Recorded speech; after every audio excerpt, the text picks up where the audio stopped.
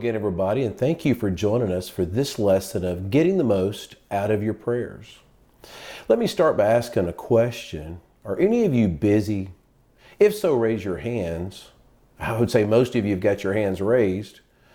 Our busy lives have forced us to get the most out of every moment. Multitasking has become a way of life.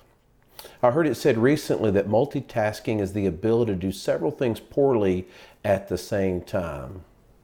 But really, don't we have our minds working on several things at the same time? One thing many do now to make the most of their time is listen to podcasts. Now, on the surface, I love that. I love being creative in ways of getting the most out of every moment. But let me ask another question.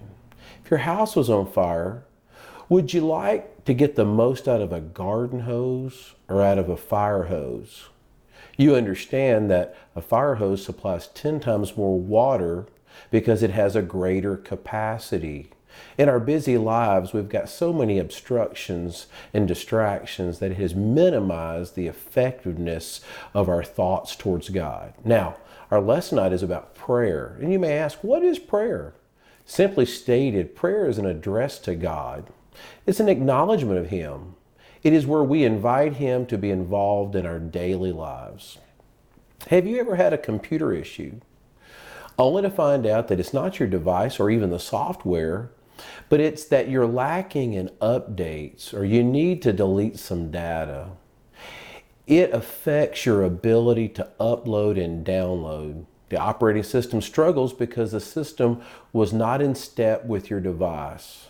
It's made everything harder, so much harder that you've wanted to give up and just take a hammer to it. Now, you know that's not really a good option. You know why? Because it's not paid for yet. But even simple commands are taking forever, and everything is harder because your computer and the software are out of step. Who's ever dealt with the technical support team? One of the first questions they ask about your device is it plugged in? Now that seems obvious, but they only ask that because that may be your problem.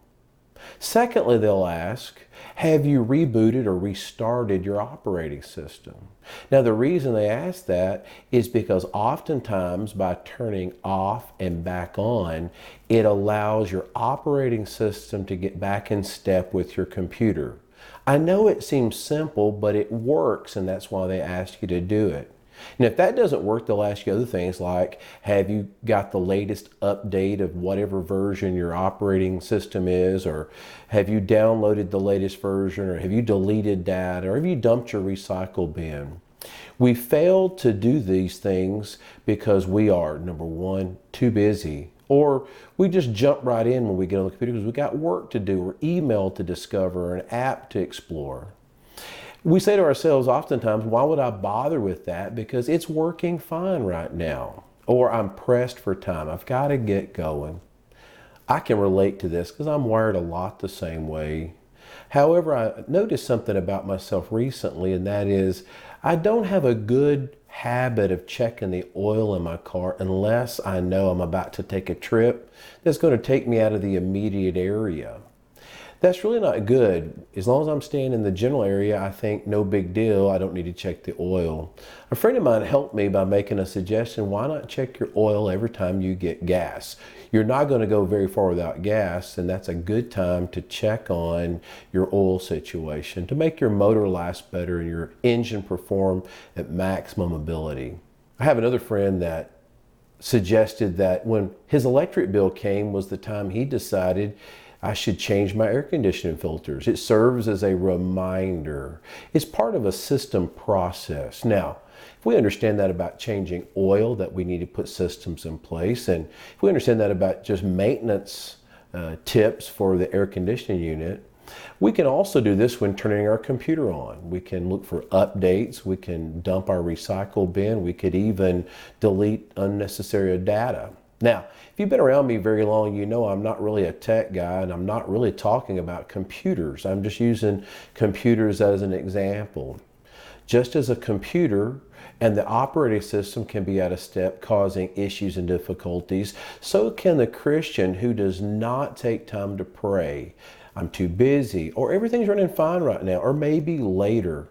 The theologian Martin Luther said this. He said, to be a Christian without prayer is no more possible than being alive without breathing.